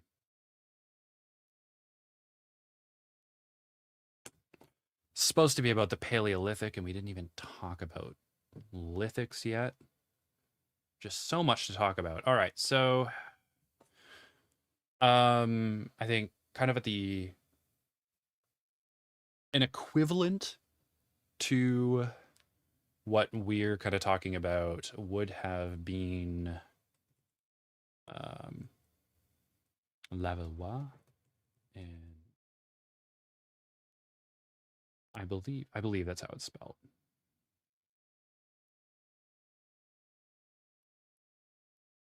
So the kind of lithic industries that I'm imagining that these folks are using would be kind of similar to the Lavallois or Mousterian. Hey, thanks for coming by. See you later. Great conversation about clothing. All right. So for the lithics, the Levallois or the Mousterian, sometimes they're conflated or or like they overlap, depending because the Levallois technique is considered, I guess, part of the latter style. But what differs this style or technique of lithics from like the Acheulean? For the Acheulean, like you'd a have a stone, right? And then you would shape that stone by hitting off flakes into what you wanted. So the sort of Acheulean bifaced axe is, I guess, the charismatic part of that toolkit. But there are a bunch of other things that people made in that toolkit, and there's also a lot of like regional styles, as well as different kits and sometimes different techniques are employed to make those kits. So it wasn't like the same thing. So people weren't, there was some innovation and there were different styles and techniques depending on which region folks were in. But that's what you're doing. Like you're taking a piece of stone, like flint, and then you are napping it into the shape you want. The Lavoie technique is different, where you would have a prepared core. So you'd have a big piece, and what you do is you would plan in advance and nap out the shape on that piece, and then you would use a single sort of concussive strike, and you would knock what you the shape you were making, that shard, from the piece, and that would be your tool. And that just shows like a lot of forethought, a lot of planning. I would argue, and others have argued, that you'd need a good amount of like symbolic thought and even language to communicate that. And so, it's very cool, and that's kind of what I've modeled. Some of the points I've been looking at from that time period is what I modeled their points off of. Um, and thinking about the lithics as well, we know they had like cords and things. We know that Neanderthals used like birch pitch or resin as glue. So that's kind of what I went with here.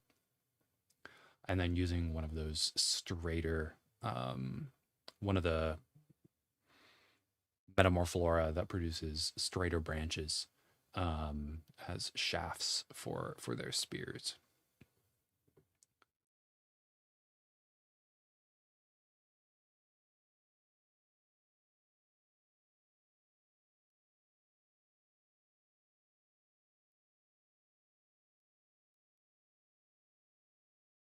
And so part of the trade and part of the importance of these territorial groups and these matrilineal clans that kind of establish the polity would also be moving good quality stone so that people have access to it.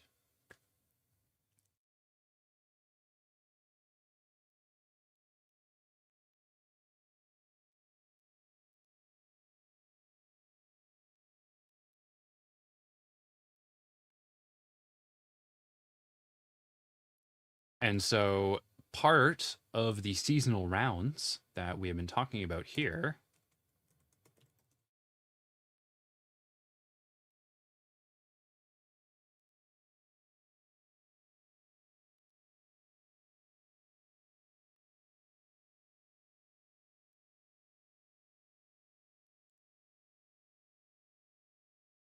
So some of the seasonal rounds would include sites where different bands in your local group, so each band has a dozen to 3 dozen people. Your local group is probably composed of a few bands, and then your regional group is composed of several local groups. And during your rounds, there would be sites where you would actually intersect with other bands in your local group, and also you would intersect with other local groups. And by doing that, you can actually move and material, trade from one location to another location, right? So there would be you'd be able to move certain things quite far, but each individual person or each individual group isn't moving that far, right? Like they're staying within their territory. They're just sort of linking up with a different territory. Yeah, doesn't work when I put my hand in front of the microphone. They'd just be linking up with people who have a different territory and, kind of like creating these links in a chain from, in this case, a site that has good rock.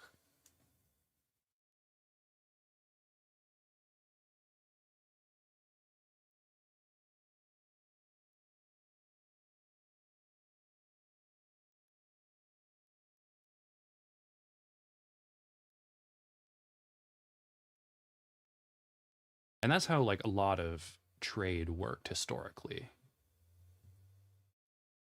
Yeah, napping is super cool. There's an archaeologist on YouTube who talks about dogs a lot. And he has videos where he's actually like engaging in napping practices, which I think is quite cool to watch. If I remember the name, I will definitely mention it.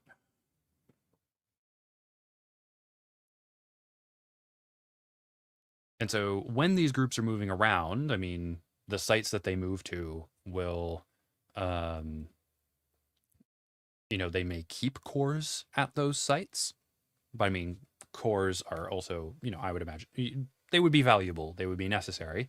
You could also keep cores in your bag, so you could bring cores with you. And it does look like where we have Neanderthals and other Paleolithic humans engaging in processing animals that they're harvesting that they've killed. So they will actually bring the cores with them to the kill site and make the tools there. because we have um, the waste materials from making these lithics at those sites. So they brought their cores with them. So like you would, if you could imagine, you know, walking around all day with a brick, essentially, a big piece of stone in your backpack, the bag that you carry with you.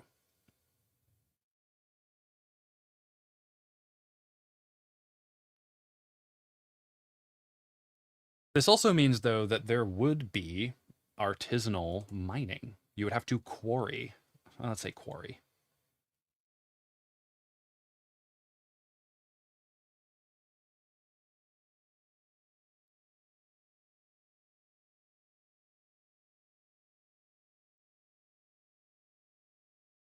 So this is a kind of industry. I mean, this is one of the reasons why they call them industries. But so you'd have to engage in artisanal quarrying to get your cores of the quartz or flint or whatever you're going to be using, and then be able to bring it with you. So you may want to have one of your seasonal sites near where you quarry. And, your quarrying site may not be close to your, the best sites that you go to for hunting or for gathering, right? Foraging. So that's why you also need to move around.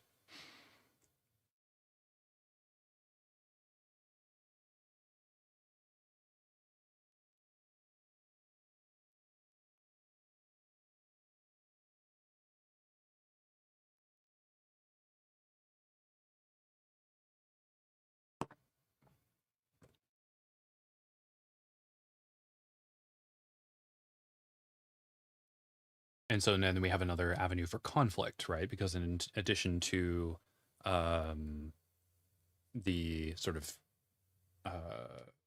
in addition to conflict over regions for foodways, whether you have conflicting forms of land management in order to cultivate your environment to extract more food out of it, or um, you may have two groups that have the same foodway, but they are a part of different territories and matrilines.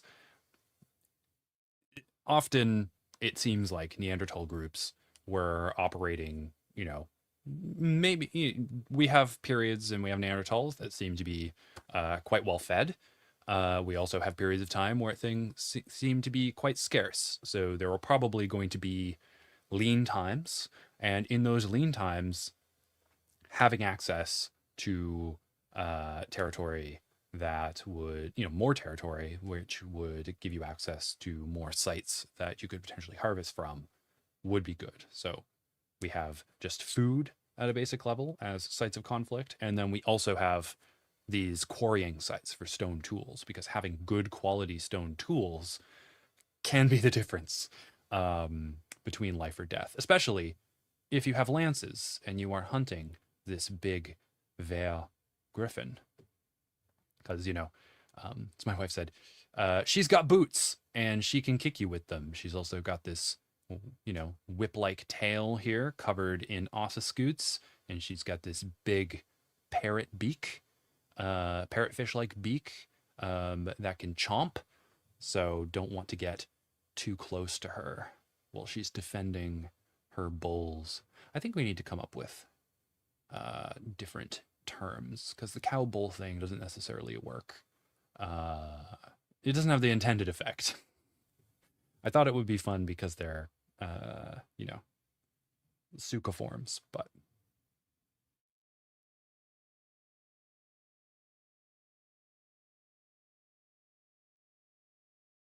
who is the he in this one? Is that the archaeologist I was talking about?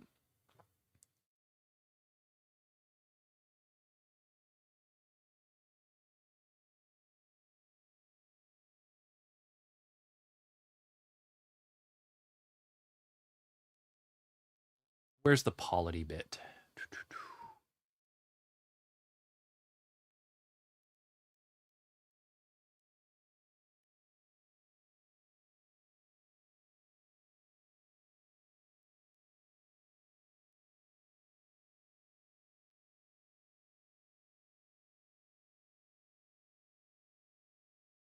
Yeah, that's weird. Oh, I can't see North O2's comments.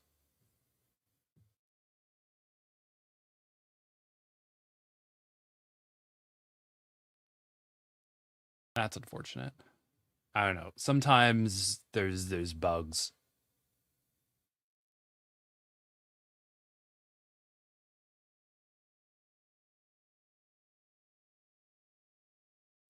Oh, North O2. It goes over ancient weapons and stuff on YouTube. Oh, neat. Maybe I'll check it out and report back next week.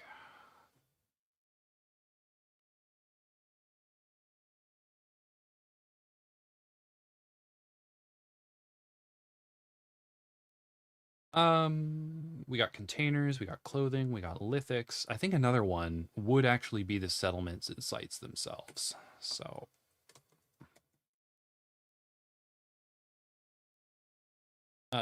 settlements and architecture.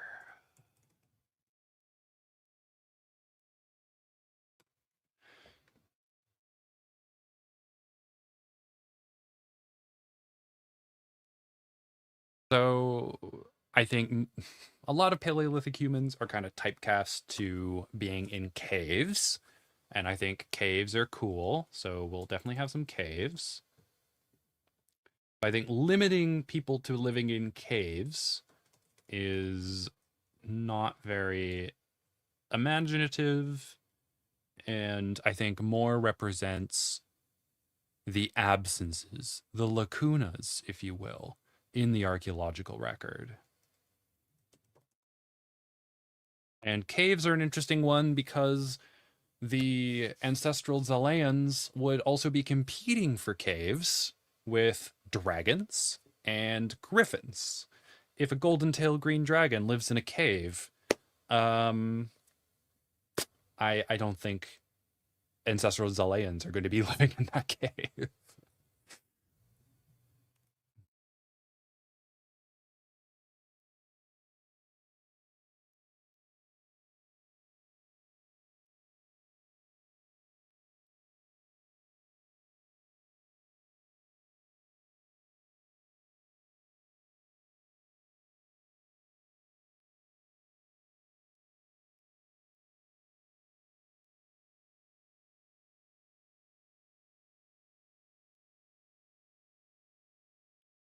Have the Dovians gone past mud huts and into wooden structures? So for these folks, very quickly. Hi, not Danehart. Won't be able to watch for long. Oh yeah, awesome. Just fantastic that you dropped by. How far are we in? Oh, okay. We're almost at 2 hours, and I didn't do a break because I don't have the green dragon thing, and I have my water. I'm fine. But just a reminder to like and subscribe if you haven't already. Um, you can also help out the channel through becoming a member of the Speculative Geographers Guild over on Patreon. Um, Different tiers offer different benefits, including for everyone a monthly update, behind the scenes sneak peek on what's going on for the next video. You can also chip in through Ko-fi as well. And, if you can't totally understand it, comments are also helpful too, and hype for people who can hype.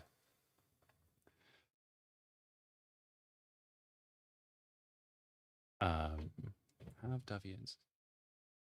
And yeah, all the Patreon and stuff really helps out because last time I was able to install the 17 meters of Ethernet cord to make sure that the stream stays good quality.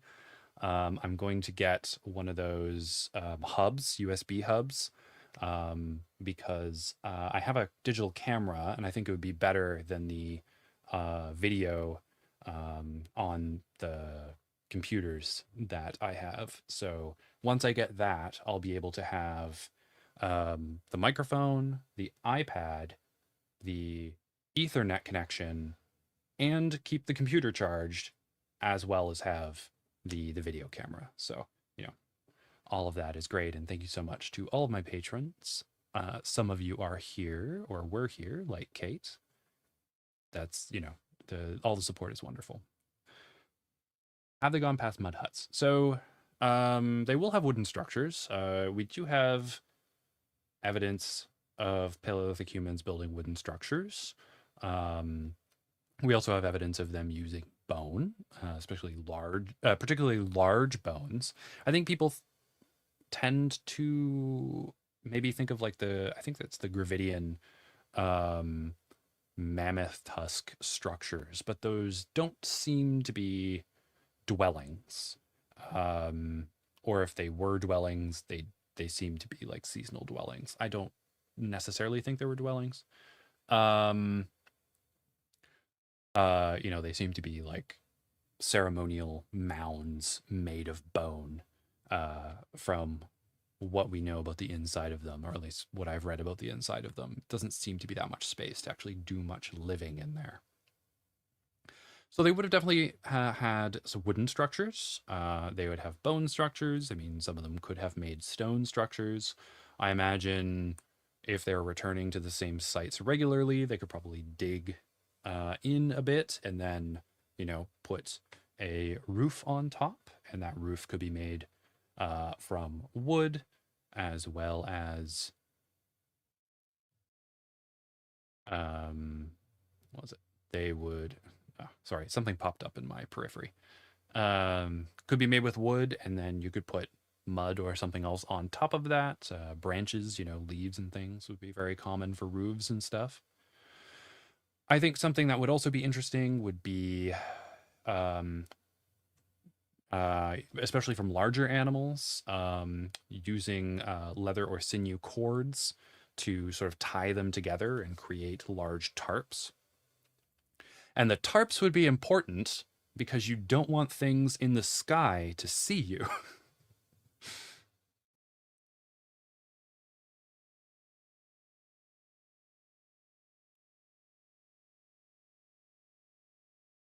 So yeah, small wooden structures.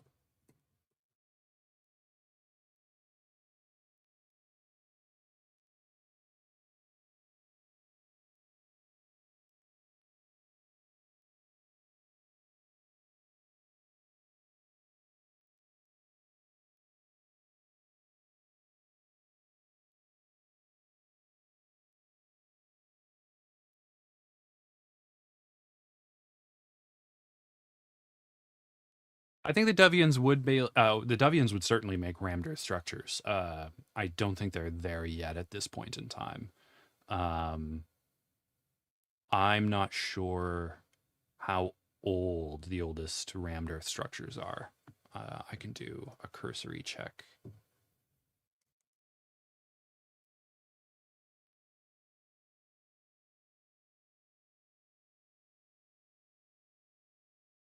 I think that's something a bit more recent, or the evidence for it would be a bit more recent.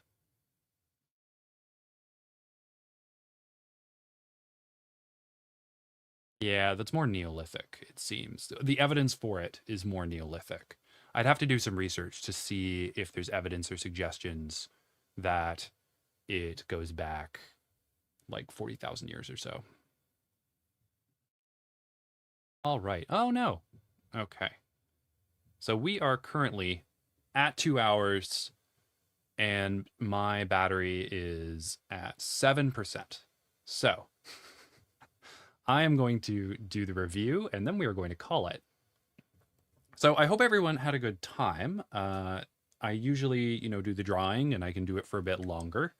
But due to the technical limitations of today, this is what we got. Hopefully, when I get that expansion hub thing, I could keep it going for longer if we have to work off of the other the MacBook Air here. But we have the ancestral Zaaleans, or ancient ancestral Zaaleans, who are, somewhat equivalent to Neanderthals and Denisovans, and stuff like that. They they live in small bands of, a dozen to 3 dozen people. within local groups, which are composed of a few bands. And those local groups are tied to regional groups. And what links all of the local groups together is these matrilineal clans. These groups tend to be more insular. They tend to reinforce their relations of solidarity and alliances between one another by, maintaining the clans within a region. And this is also connected to their subsistence, right? Because they are going to be very focused in specialized in the kind of foodways that they have. And so, maintaining those practices within them is also very important. They're going to be generally egalitarian. There may be differences in status and achievement within the group, but we may see some weakly stratified societies in coastal areas where there's a lot of maritime resources that can be intensely harvested. We've got, we have their material culture, which is largely going to be based on the animal products from the critters that they harvest. And we've kind of broke down the articles of clothing based largely on whether they live in the north or the south. We spent some time talking about the kind of containers that they have, specifically to bring water around, because that's really important, and went a little bit into the settlements and architecture, highlighting the danger of caves, but also how they would put up leather tarps, which would be important as a form of camouflage from the air. I think that's going to be it for this little interlude. We are going to be back next week with Bib, who is going to be fresh from Ireland, and we are going to be into the next geologic period in the evolution, the speculative evolution of the gryphons from 50 to 25 million years ago. I also updated the thumbnail to include a couple new critters that we talked about in the last few streams that I didn't get around to drawing, so I've done that. But yeah, thank you to everyone who was able to swing by and watch. I hope you enjoyed it. Got a lot of votes on the poll. So yeah, we'll return to this one later. But thank you for venturing into lands unknown with me, and I will see you next week. Bye, everyone.